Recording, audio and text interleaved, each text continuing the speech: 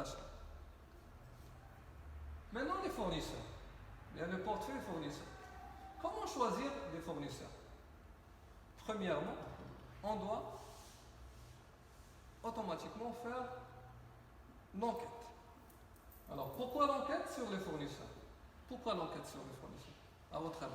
Bien sûr, pour connaître leur équipement, pour garantir l'hygiène, pour le bon conditionnement du travail, pour avoir des renseignements, que ce soit politiques, d'investissement, juridique. Pour des relations de fournisseurs, on doit savoir aussi les relations des fournisseurs avec les clients. Et finalement, pourquoi pas, nous consultons par exemple des syndicats. Quels sont les critères de choix maintenant d'un fournisseur? Premièrement, comme je disais tout à l'heure, la qualité. Parce que la qualité, c'est primordial. Mais la non-qualité qui coûte cher. D'accord? Le prix avantageux, c'est-à-dire un rapport qui met la qualité au prix. Les bonnes conditions d'achat, le transport, le service, le service après-vente, le respect des délais, de la livraison, pour la remise accordée, donc les réductions commerciales, remise, le RRR, remise restaurant rabais, ou bien rabais remise restaurant. Délai de paiement. Ah, c'est très important, le délai de paiement. Alors, j'arrête ici pour expliquer pourquoi le délai de paiement. Pour moi, suivant mon expérience, en se basant sur mon expérience, j'opte pour les fournisseurs qui offrent un délai de paiement très élevé par rapport aux fournisseurs qui offrent un délai de paiement moins élevé. Alors, un fournisseur qui offre 5 mois ou bien 6 mois, mieux qu'un fournisseur qui offre 2 mois. Pourquoi? Parce que je vais travailler avec cette marchandise ou bien cette matière et je vais la vendre, je vais optimiser le chiffre d'affaires, en même temps je maîtrise les charges et comme ça que ça se passe. Alors, l'acceptation des retours, c'est très important. Parfois, une marchandise ou bien une matière première qui est non conforme, je dois la retourner.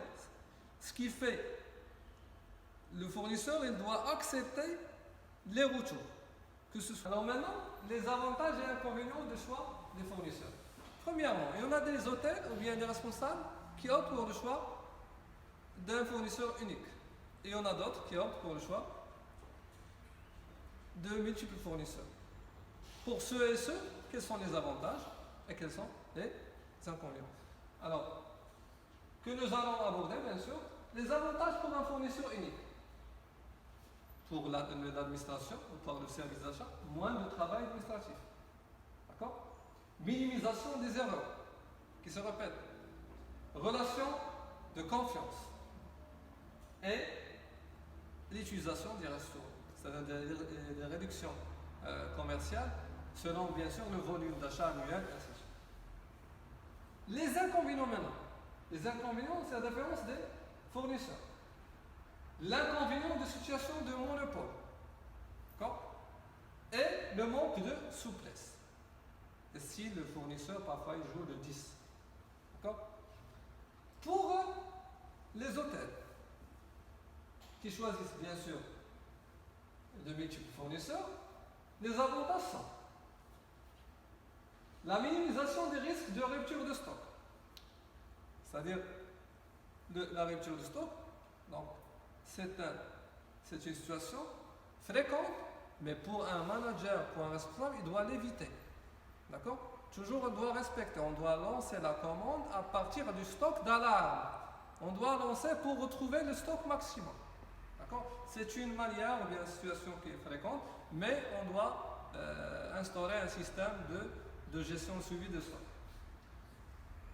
Aussi, les avantages pour les établissements représentent le choix choix de multiples fournisseurs représente un avantage pour les établissements de grande taille. De grande catégorie ou de grande taille se base bien sûr sur le choix de multiples fournisseurs.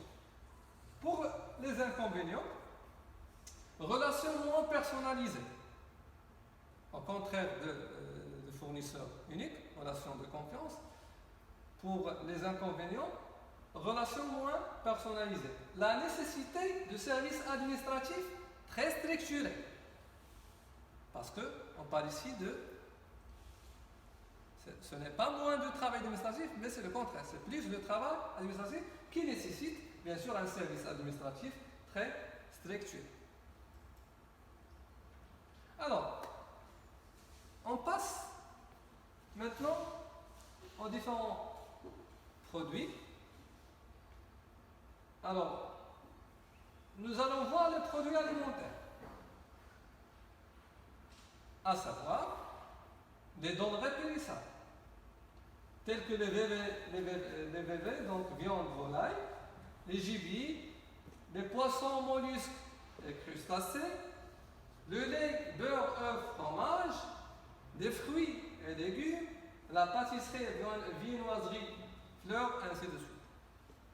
Alors, il représente les produits périssables. Les produits non périssables, tels que les boissons alcoolisées ou non alcoolisées, des boîtes conserve, de fruits, de légumes, de poissons et viandes, les condiments, les épices, les aromates, les céréales, pâtes, légumineuses, sucre, thé, café, infusion, produits de pâtisserie et produits de para-alimentaires. Pour les produits non alimentaires, à titre d'exemple, matériel et outillage, le linge d'hôtel, de restaurant, couverts, verrerie, porcelaine, produits électriques tels que ampoules, câbles. Aussi, on parle des fournitures de bureau et imprimés, les produits matériels d'entretien et nettoyage, les produits d'accueil qu'on trouve toujours dans les chambres, les produits inflammables, gaz, butane et propane, gasoil, fioul et charbon. Alors, tout simplement, les produits, on parle des produits alimentaires et des produits non alimentaires. Les produits alimentaires se divisent donc en produits non périssables et produits périssables, et les produits non alimentaires, tout ce qui est matériel et outillage, les fournitures, les produits d'accueil et d'entretien et les produits inflammables. Maintenant, le choix des produits. Quelles sont les contraintes lors du choix des produits? Premièrement, le nombre de produits nécessaires. D'accord? La quantité, la nature des produits, le coût et la variété des produits possibles. Alors, maintenant, un élément de module qui est très important, c'est comment choisir un fournisseur ou bien comment sélectionner un fournisseur. La méthode est simple, ou bien la technique d'achat. On parle de l'achat direct, on parle de l'achat par contrat. D'accord? Ou bien on parle de l'achat par bon de commande.